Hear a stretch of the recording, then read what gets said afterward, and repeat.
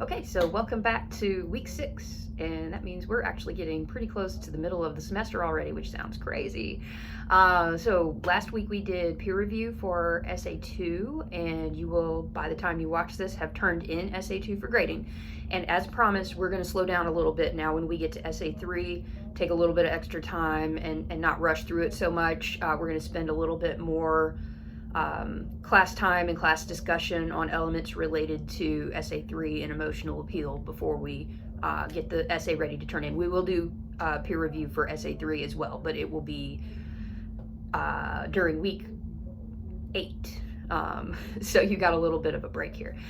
So just a really quick introduction to emotional appeal, or pathos, because that's what we're going to focus on in Essay 3 and Essay 4. Essay 3 is going to be about looking at how other people do emotional appeal, and then Essay 4, you're going to do it yourself by writing a narrative essay.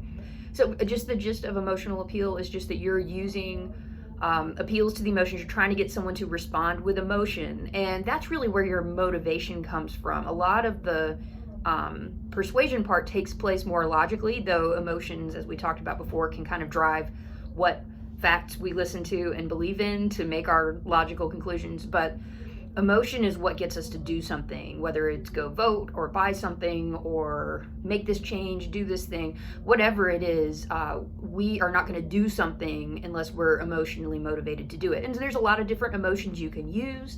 Some of them are really obvious first things that pop into your head, things like fear, which we'll talk about in this essay, where we're looking at horror movies and how they try to scare the audience. Anger is a really common one, and where we've got political ads on TV nonstop. Fear and anger are probably the two you see used the most. Sadness, maybe some. Happiness, like motivating you to try to achieve happiness, that can definitely be a thing. Guilt, maybe you had parents or grandparents who are great at guilt tripping to get you to do stuff. I definitely had that growing up.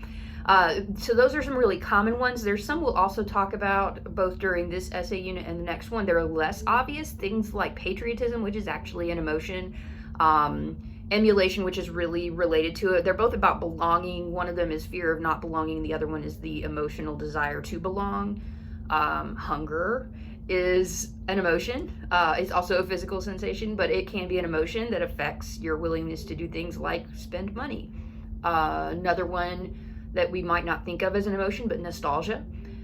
It's the emotions we get, or the emotional response to thinking about the past, but not necessarily as it actually happened, instead more the way we prefer to think it happened. So there's a whole lot of different emotions you can use to try to affect people's decisions, to persuade them. But again, it's more like the emotion causes us to believe this versus this, and then emotion is also what motivates us to do something. So the next video you'll see is after you look over the Essay 3 assignment, and we'll talk about how it's going to pertain to this particular thing. But the gist of how to do emotional appeal is just you tell a story and you make something feel real, because stories, whether you're watching it in a movie or hearing it, even if it's a very short story all the way up to a very long detailed series of long novels, or one short movie or a 40-hour TV series, that emotion comes from like our investment in characters, whether they're real people or made up people, and us caring what happens to them.